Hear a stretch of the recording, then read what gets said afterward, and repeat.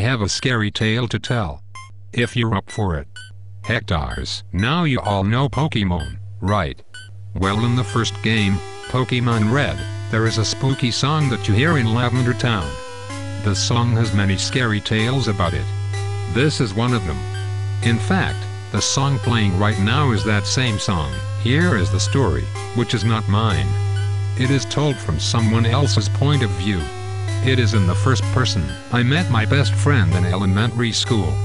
We had both brought our Game Boys to school one day and sat together at lunch. Once we realized what we had in common. I had blue version and a Venusaur, he had red version and a Charizard. He and I battled whenever we could and became great pals. As the years went on, we continued playing Pokemon, even through high school.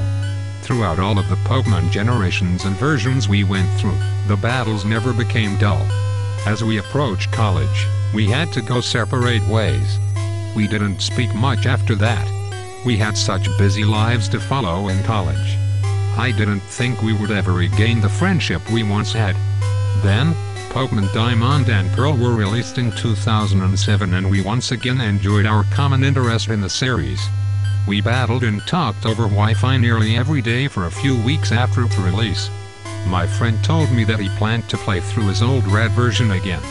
Since it had been about 3 months after the release of Diamond and Pearl, we didn't play them as much as before.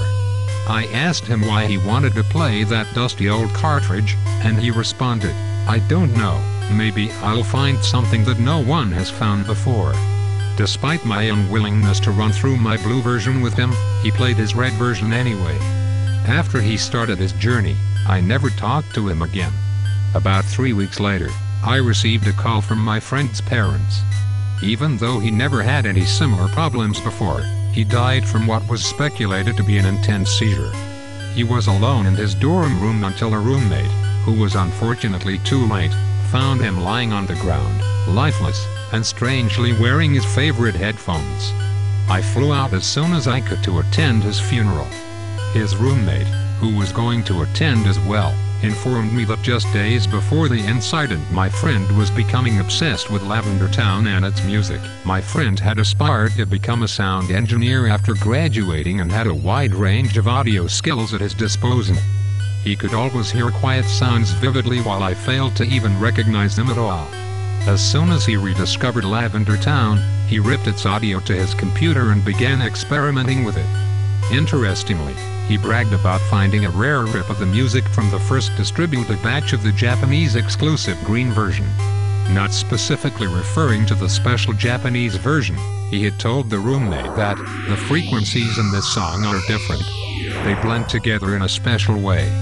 But there is something missing.